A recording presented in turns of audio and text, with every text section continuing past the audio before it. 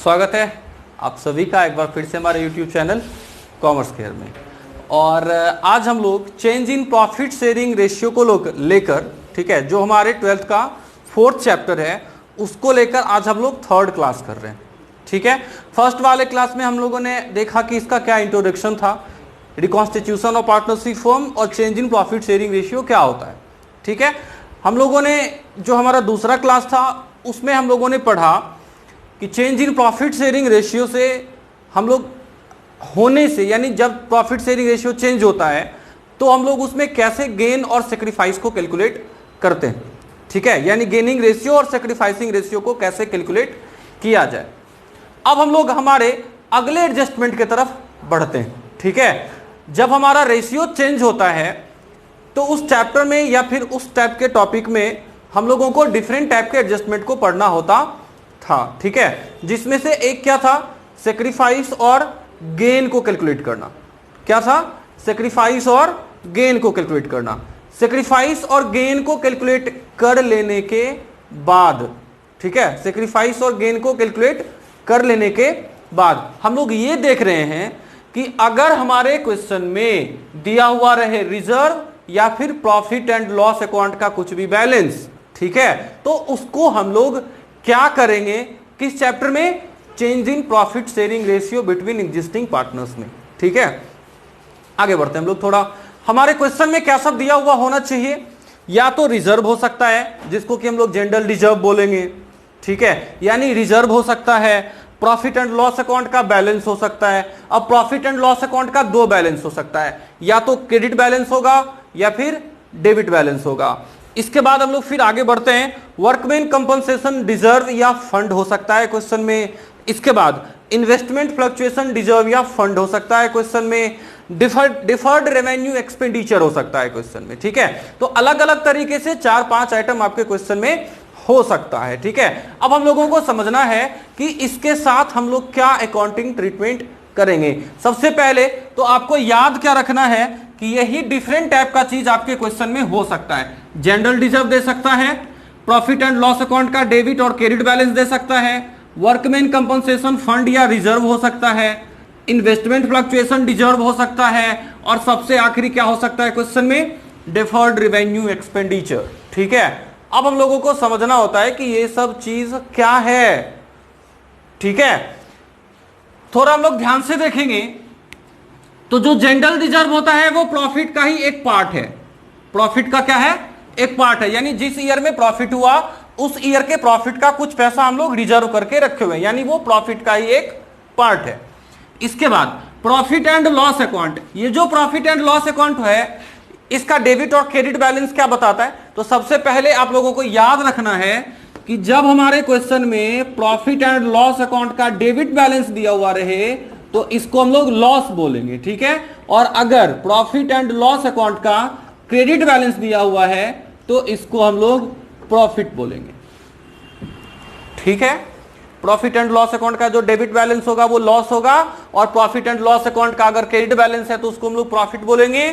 ठीक है, अब देखो कि इसमें और थोड़ा हम चीज बता देते हैं। अगर ये हम लोगों को क्वेश्चन में डायरेक्टली लिखा हुआ नहीं है कि उसका कौन सा बैलेंस है, डेबिट या क्रेडिट बैलेंस, तो अगर ये बैलेंस शीट में है तो हम लोग इसको कैसे समझेंगे कि ये डेबिट बैलेंस या क्रेडिट बैलेंस है। अगर डेबिट बैलेंस वाला लॉस होगा तो ये चीज बैलेंस शीट के एसेट्स वाले साइड में लिखा हुआ रहेगा। ठीक है, और अगर प्रॉफिट एंड लॉस अकाउंट का क्रेडिट बैलेंस है यानी कि प्रॉफिट शो कर रहा है तो ये किधर होगा, बैलेंस शीट के लायबिलिटीज वाले साइड में रहेगा। यानी बैलेंस शीट के लायबिलिटीज वाले साइड में है तो इसको हम लोग क्या समझेंगे कि ये क्रेडिट बैलेंस है और ये चीज प्रॉफिट है।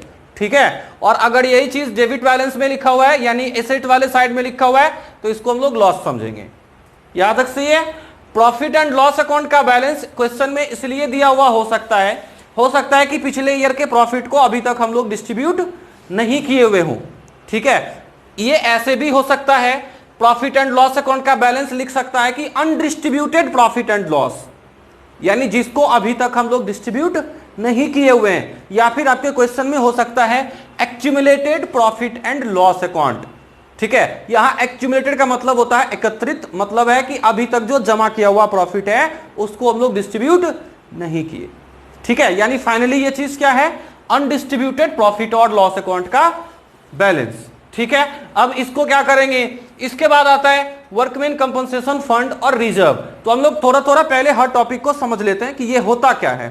तो इन्वेस्टमेंट फ्लक्चुएशन फंड या रिजर्व क्या होता है कि जैसे जो बड़ा बड़ा कॉन्ट्रैक्टर होता है, जो बहुत बड़ा बड़ा लंबा चौड़ा बिल्डिंग का कंस्ट्रक्शन कर रहा है, ठीक है, या फिर ब्रिज बना रहा है, कहीं पर डैम बना रहा है या रोड बना रहा है, तो इस टाइम में जब हमारा वर्क होता है तो रिस्क होता है किसके ऊपर, जो वर्कर होता है उसके ऊपर कुछ वर्क होता है, ये रिस्क होता है। रिस्क होना मतलब क्या है कि बहुत ऊंचा ऊंचा बिल्डिंग बन रहा है, हो सकता है कि कोई वहां से गिर जाए, हो सकता है ना कि वही कोई वहां से गिर जाए, कहीं कोई ब्रिज बन रहा है तो हो सकता है कि कोई उस ब्रिज को बनाने टाइम में उसका कोई हाथ पैर टूट जाए, मतलब कुछ भी, उसके साथ कुछ भी प्रॉब्लम हो सकता है। और अगर वर्क प्लेस पर ऐसा प्रॉब्लम होता है तो जो भी कोई कॉन्ट्रैक्टर है या फिर जो भी कोई ऑनर है उसको इसके घर वालों को, यानी जिस वर्कर को प्रॉब्लम हुआ उसके घर वालों को हम लोगों को कुछ अमाउंट पे करना होता है।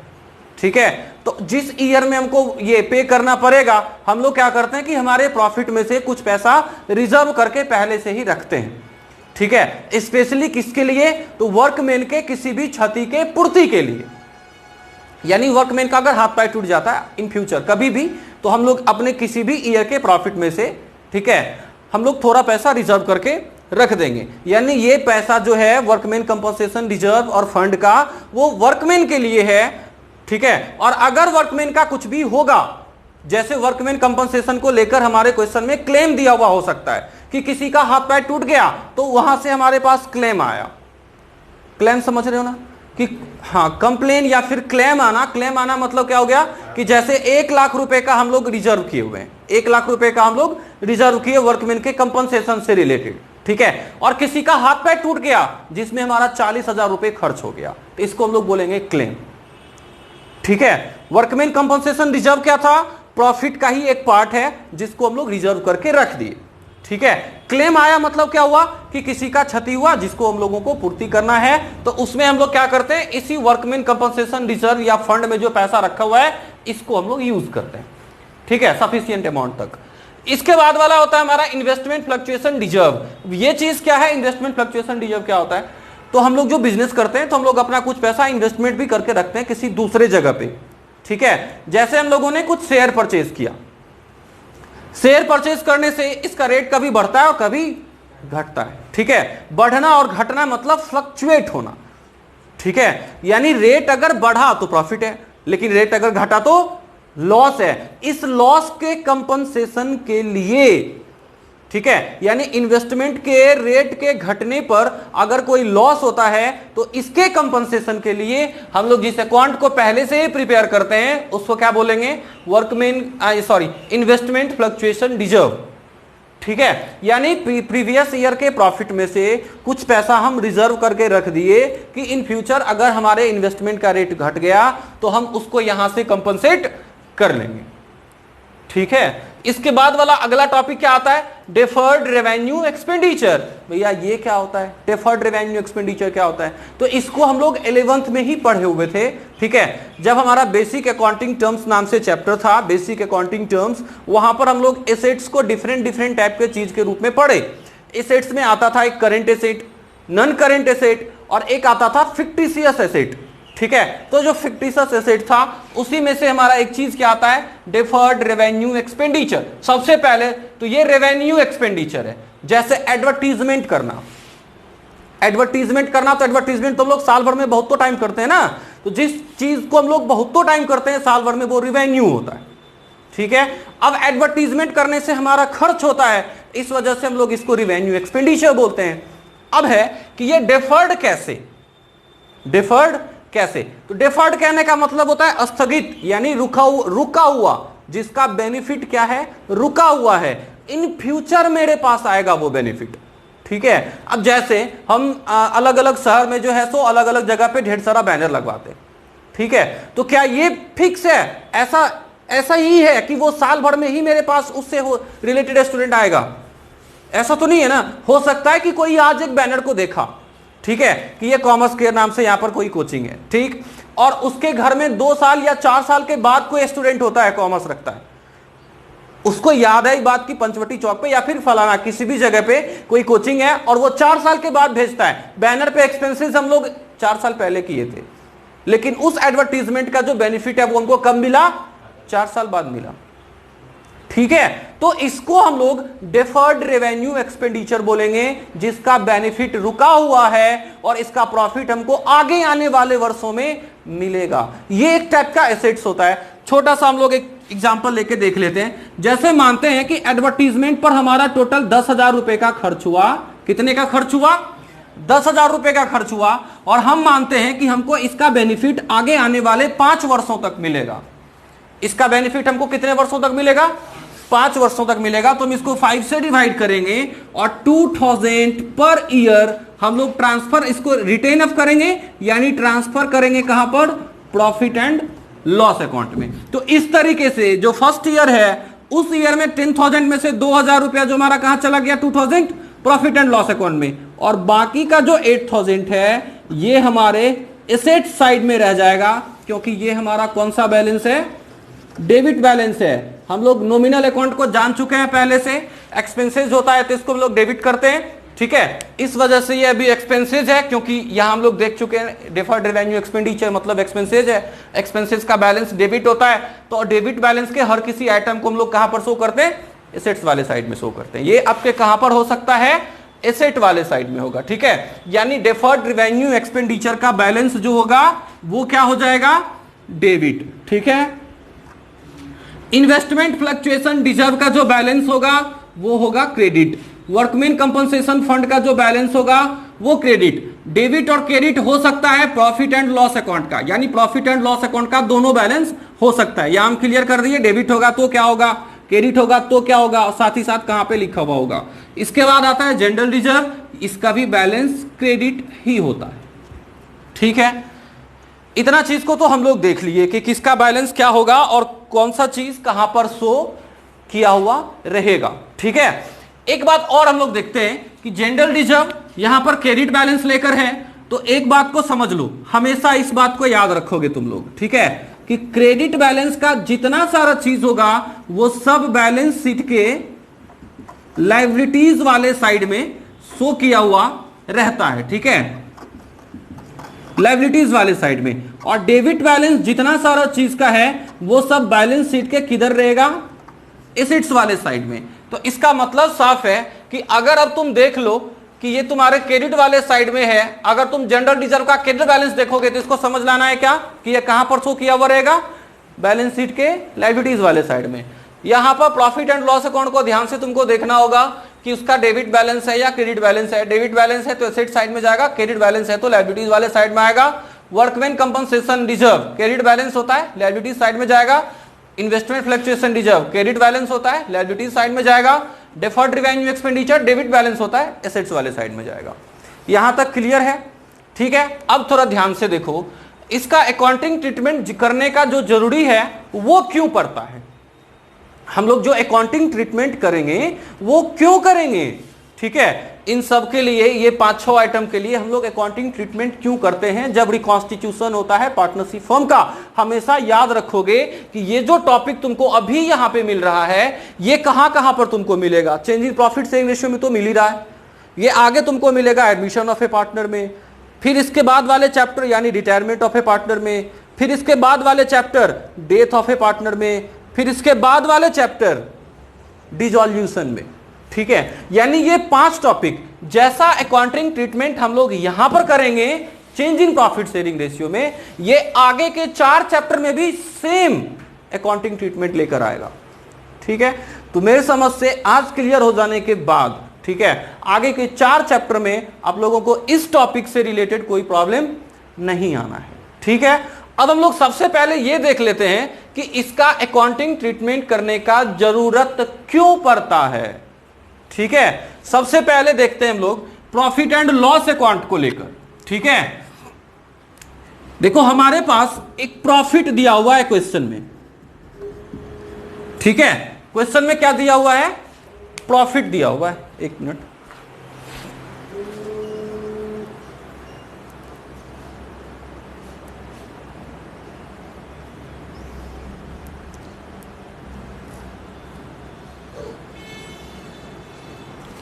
ठीक है, तो क्वेश्चन में क्या दिया हुआ है, एक प्रॉफिट दिया हुआ है। अब अगर प्रॉफिट क्वेश्चन में दिया हुआ है तो यहां पर हम लोग इसका कुछ अमाउंट ले लेते हैं। ठीक है, अमाउंट लेते हैं कितना, 1 लाख, यानी हमारे क्वेश्चन में प्रॉफिट कितने का है, 1 लाख का। अब अगर हम प्रॉफिट लिख रहे हैं तो इसका मतलब तुम समझ जाओगे कि प्रॉफिट एंड लॉस अकाउंट का कौन सा बैलेंस है, क्रेडिट। यहां पे देखो हम लिखे हुए ना कि एसेट्स वाले साइड में होगा तो डेबिट बैलेंस होगा, लॉस होगा, प्रॉफिट एंड लॉस अकाउंट का क्रेडिट बैलेंस, यानी हम प्रॉफिट लिख रहे हैं तो मतलब तुम समझ जाओगे कौन सा बैलेंस है, क्रेडिट बैलेंस है। यहां तक कोई दिक्कत नहीं। चलो, प्रॉफिट एंड लॉस अकाउंट के क्रेडिट बैलेंस है हमारा कितना, 1 लाख, क्योंकि ये प्रॉफिट लिखा हुआ है इस वजह से क्रेडिट बैलेंस है। अब चलो क्वेश्चन यहां से स्टार्ट करते हैं हम लोग कि ऐसा हम लोग क्यों करते हैं, इसका अकाउंटिंग ट्रीटमेंट करने का क्यों जरूरत पड़ता है। तो ए बी और एम, ए बी और एम तीन आदमी प्रॉफिट शेयरिंग रेशियो में था, यानी पार्टनरशिप में था, और इन तीनों का जो प्रॉफिट शेयरिंग रेशियो है वो रेशियो क्या था, 5:3:2 था। क्या रेशियो था, 5:3:2 था। ठीक है, इन तीनों का रेशियो। लेकिन बाद में इन फ्यूचर ये लोग जो अपना प्रॉफिट शेयर करेगा वो शेयर हो जाएगा 2 और 1 में। तो ये हम कल तुम लोगों को बताए हुए थे कि जो रेशियो पहले से दिया रहता है उसको हम लोग क्या बोलते हैं, ओल्ड रेशियो। ठीक है, यानी जिस रेशियो में हम लोग पहले प्रॉफिट को डिस्ट्रीब्यूट करते थे वो क्या कहलाता है, ओल्ड रेशियो। जिस रेशियो में हम लोग फ्यूचर के प्रॉफिट को डिस्ट्रीब्यूट करेंगे वो क्या कहलाता है, न्यू रेशियो। ठीक है, अब थोड़ा ध्यान से देखो, ये जो प्रॉफिट है इस प्रॉफिट को हम लोग क्या जान रहे थे, अनडिस्ट्रीब्यूटेड प्रॉफिट या एक्यूमुलेटेड प्रॉफिट। मतलब या तो जमा किया हुआ लाभ या हानि यानी प्रॉफिट और लॉस, या फिर जो डिस्ट्रीब्यूट नहीं किया गया है वो प्रॉफिट और लॉस। ठीक है, थोड़ा ध्यान से समझोगे। आज से हमारा रेशियो क्या हो गया, 2:1 आज से। ठीक है, आज के बाद जो प्रॉफिट होगा वो किस रेशियो में बटेगा, 2 और 1 में बटेगा। ठीक है, और आज के पहले जो प्रॉफिट था वो किस रेशियो में बट रहा था, 5:3:2 में बट रहा था। तो तुम ही लोग बताओ कि आज तक का जो, आज से पहले का जो प्रॉफिट है, क्या उस प्रॉफिट को हम 2:2:1 में बांटेंगे, नहीं बांटेंगे ना, वो आज से पहले का प्रॉफिट है ना। तो आज से पहले का जो रेशियो था उसी रेशियो में बटना चाहिए, है कि नहीं। आज के बाद देखो, इस लाभ को कमाने के लिए यहां जो 5:3:2 में हम लोग यहां पे देख रहे हैं कि डिस्ट्रीब्यूशन किया जाना है, तो उसके लिए तो पुराना वाला पार्टनरशिप डीड ना काम आएगा। ठीक है, हम लोग देख क्या रहे थे, रिकॉन्स्टिट्यूशन का मतलब क्या होता है, पार्टनरशिप डीड का चेंज हो जाना। ठीक है, पार्टनरशिप डीड चेंज होता है तो इसको हम लोग रिकॉन्स्टिट्यूशन बोलते हैं। ठीक है, तो जो हमारा पार्टनरशिप डीड है वो आज चेंज हुआ, तो आज के बाद के प्रॉफिट या आज के बाद के आइटम पर इसका इफेक्ट पड़ेगा रिकॉन्स्टिट्यूशन का, आज के पहले वाले पे इफेक्ट पड़ेगा, नहीं पड़ेगा। ठीक है, तो हम लोगों को इसलिए जरूरत पड़ता है क्योंकि यहां जो प्रॉफिट दिया हुआ है 1 लाख, इस प्रॉफिट में हिस्सा किसका कितना है, 5:3:2 में, यानी डिस्ट्रीब्यूट करना है। हिस्सा तो हम लोग निकाल लेंगे, 50,000, 30,000 और 20,000 होगा। ठीक है, तो हिस्सा हम लोग बाद में निकालेंगे, क्योंकि ये पहले का प्रॉफिट है। ये सारा आइटम जितना हम लोग प्रॉफिट एंड लॉस अकाउंट के लिए समझ रहे हैं उतना ही हम लोग इस सब चीज को समझेंगे। जनरल रिजर्व प्रॉफिट का एक पार्ट है, तो पहले से ना जमा किया हुआ प्रॉफिट है भाई। ठीक है, तो पहले से जो रेशियो हमारा 5:3:2 था उसी रेशियो में डिस्ट्रीब्यूट करना चाहिए। ये सारा चीज हमारा पहले का है।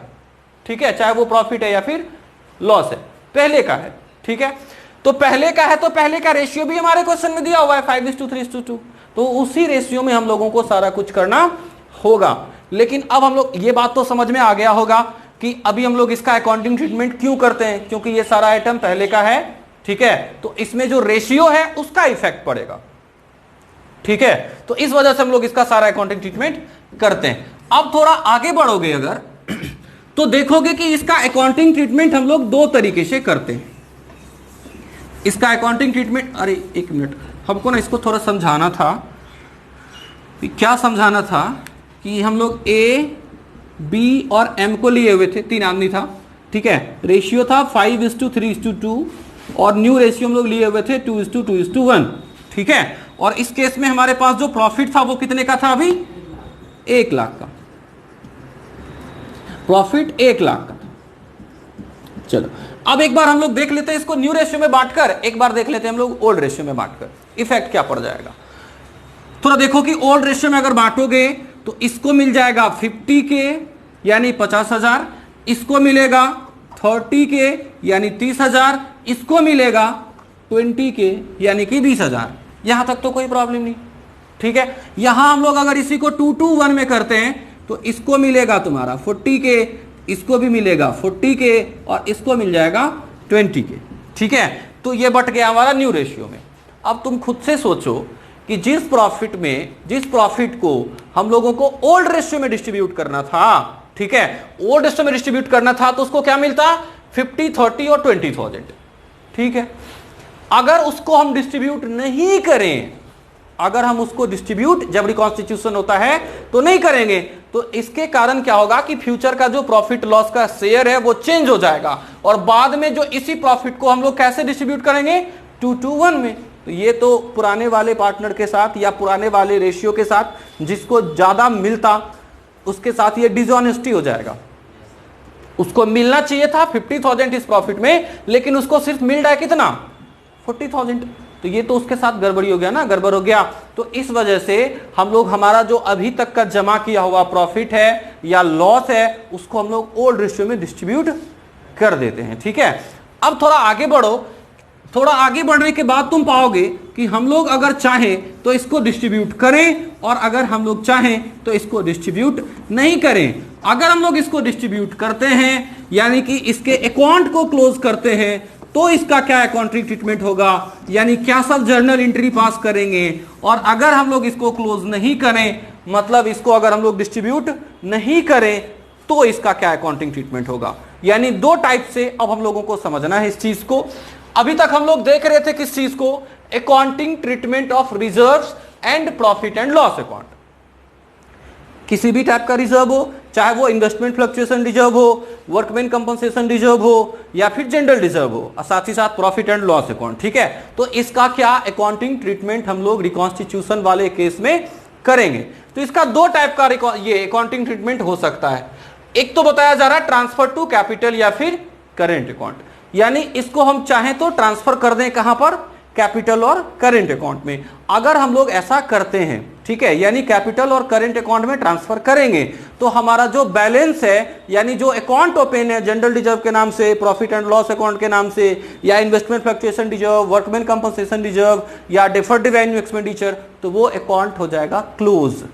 अकाउंट क्या हो जाएगा, क्लोज। यानी तुम्हारे क्वेश्चन में दो बात हो सकता है, या तो बोलेगा कि आप उसको ट्रांसफर कर दीजिए कैपिटल या करेंट अकाउंट में, या बोलेगा कि उस अकाउंट को अब क्लोज कर देना है, उस अकाउंट को अब क्लोज कर देना है। इसका मतलब है कि वो ट्रांसफर हो गया।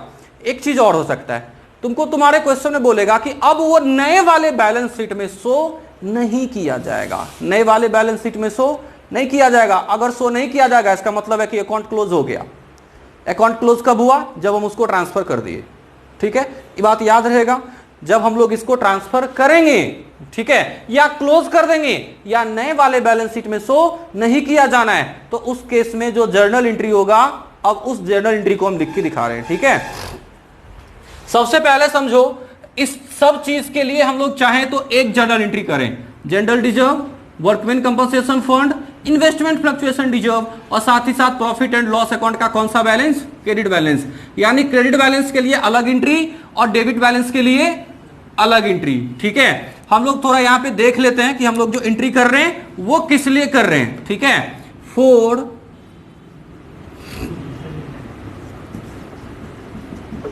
Closing of reserve, profit and loss, यहां साइड में हम लोग ब्रैकेट में क्रेडिट कर लेते हैं, इन्वेस्टमेंट फ्लक्चुएशन रिजर्व या वर्कमैन कंपनसेशन रिजर्व, ठीक है। ये सब हमारा क्रेडिट बैलेंस लेकर आया। हमेशा याद रखना है कि क्रेडिट बैलेंस को खत्म करने के लिए हम लोग डेबिट करते हैं, ठीक है। तो इन सारे चीजों को हम लोगों को क्या कर देना है, डेबिट करना है, ठीक है। तो डेबिट हम लोग जो जर्नल एंट्री पास करेंगे, रिजर्व, ठीक है, ये डेबिट हो गया हमारा। अब रिजर्व हो या जनरल रिजर्व हो, बात बराबर है, ठीक है। तो रिजर्व या जनरल रिजर्व को debit, profit and loss account ये हमारा कौन सा बैलेंस है, क्रेडिट बैलेंस है, तो क्रेडिट बैलेंस को खत्म करने के लिए डेबिट कर रहे हैं। अगर हमारे क्वेश्चन में इन्वेस्टमेंट फ्लक्चुएशन रिजर्व दिया हुआ है तो इस अकाउंट को भी हम लोग डेबिट करेंगे। अगर क्वेश्चन में वर्कमैन कंपनसेशन रिजर्व या फंड दिया हुआ है तो इसको भी हम लोग डेबिट करेंगे। और हम लोग देख रहे हैं कि यहां पर क्या बताया जा रहा है, ट्रांसफर टू कैपिटल और करेंट अकाउंट। चूंकि ये प्रॉफिट और लॉस है ना, ये सारा चीज तो प्रॉफिट है, तो प्रॉफिट का जो पैसा है वो किसको मिलेगा, पार्टनर को। पार्टनर को अगर हम लोग प्रॉफिट देते हैं डिस्ट्रीब्यूट करके तो पार्टनर का कैपिटल क्या होगा, इंक्रीज करेगा। और कैपिटल अगर इंक्रीज करता है तो हम लोग इसको क्रेडिट करते हैं। ठीक है, तो यहां जो जर्नल एंट्री बनेगा उसमें हम लोग पार्टनर्स कैपिटल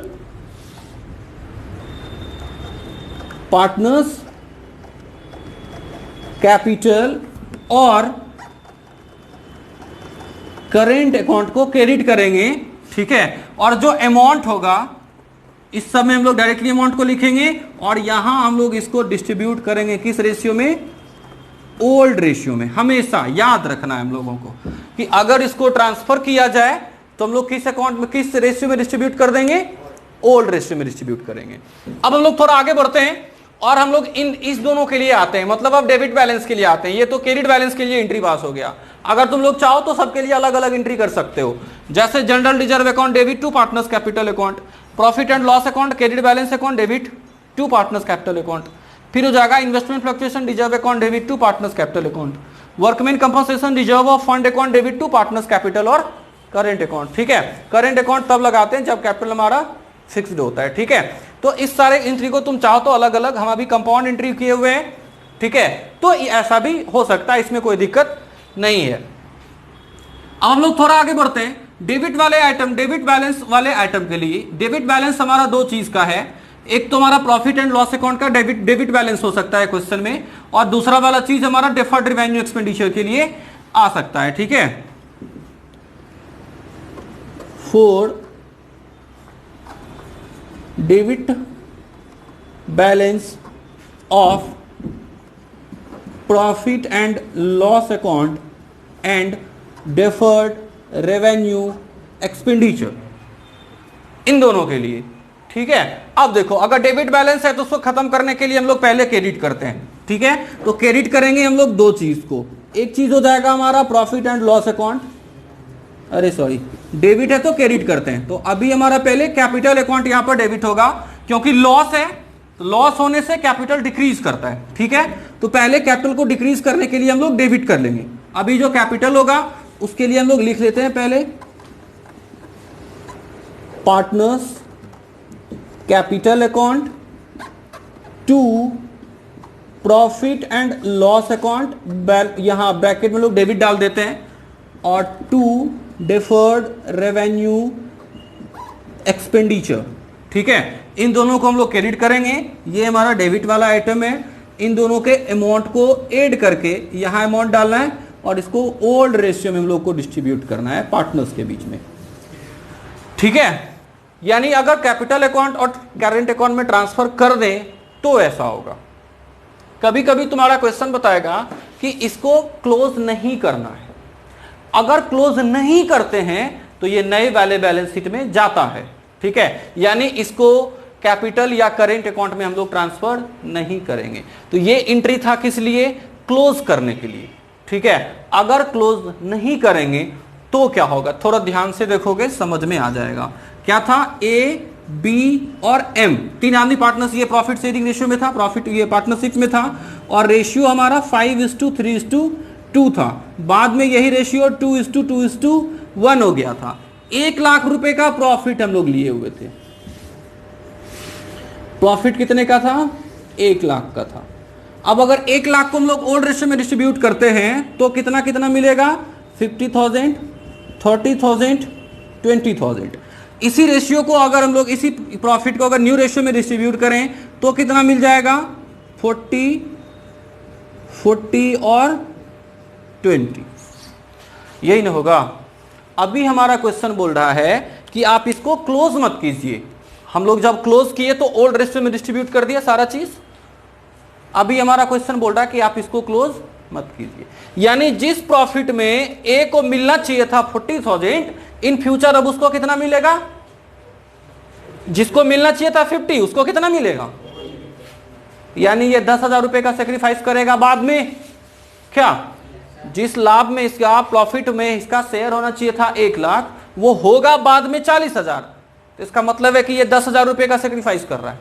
ठीक है, इसको मिलना चाहिए था 30,000, लेकिन इसको बाद में मिलेगा 40,000 इसी प्रॉफिट में, जिसमें इसको मिलना चाहिए 30, इसको मिल जाएगा 40 बाद में, अगर हम लोग डिस्ट्रीब्यूट नहीं करें तो।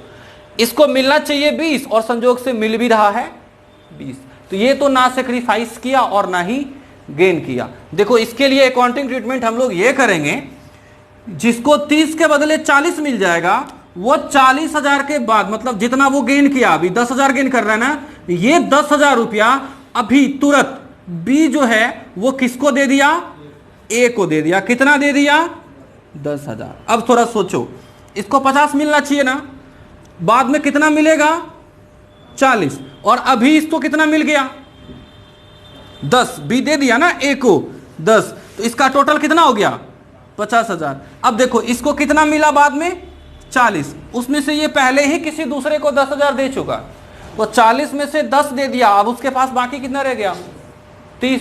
ठीक है, इसको तो ना सेक्रीफाइस हुआ ना ही गेन हुआ, तो ये ना किसी को देगा ना इसको किसी से मिलेगा।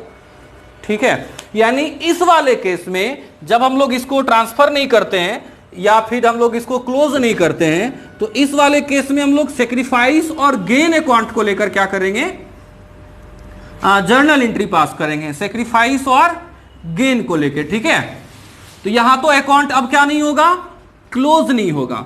ठीक है, अगर अकाउंट क्लोज नहीं होगा तो याद रखना कि कैपिटल अकाउंट के थ्रू हम लोग जर्नल एंट्री को पास करते हैं। किस चीज के थ्रू, कैपिटल अकाउंट के थ्रू। ठीक है,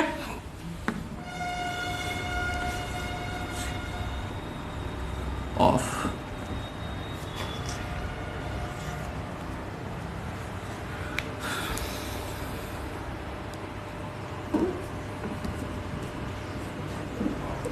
four, reserve, profit and loss account, investment fluctuation reserve, workman compensation reserve, इन सभी के लिए एक जर्नल एंट्री पास होगा। वो जर्नल एंट्री क्या होगा, gaining partners capital account debit to sacrificing partners capital account. ठीक है, gaining partners capital account debit to sacrificing partners capital account. ठीक है, सेक्रीफाइस और गेन क्वेश्चन में निकालना पड़ेगा। ठीक है, और उसके बाद हम लोग ऐसा जानेंगे, इसके बाद हमारा जो डेबिट बैलेंस और प्रॉफिट एंड लॉस अकाउंट और डिफर्ड रेवेन्यू एक्सपेंडिचर है, इसके लिए भी हम लोग ऐसा ही करेंगे, लेकिन इसके लिए जो एंट्री होगा वो उल्टा हो जाएगा। इस बार जो सेक्रीफाइस किया हुआ है इसको हम लोग डेबिट करेंगे और जो गेन किया हुआ है इसको हम लोग क्रेडिट करेंगे।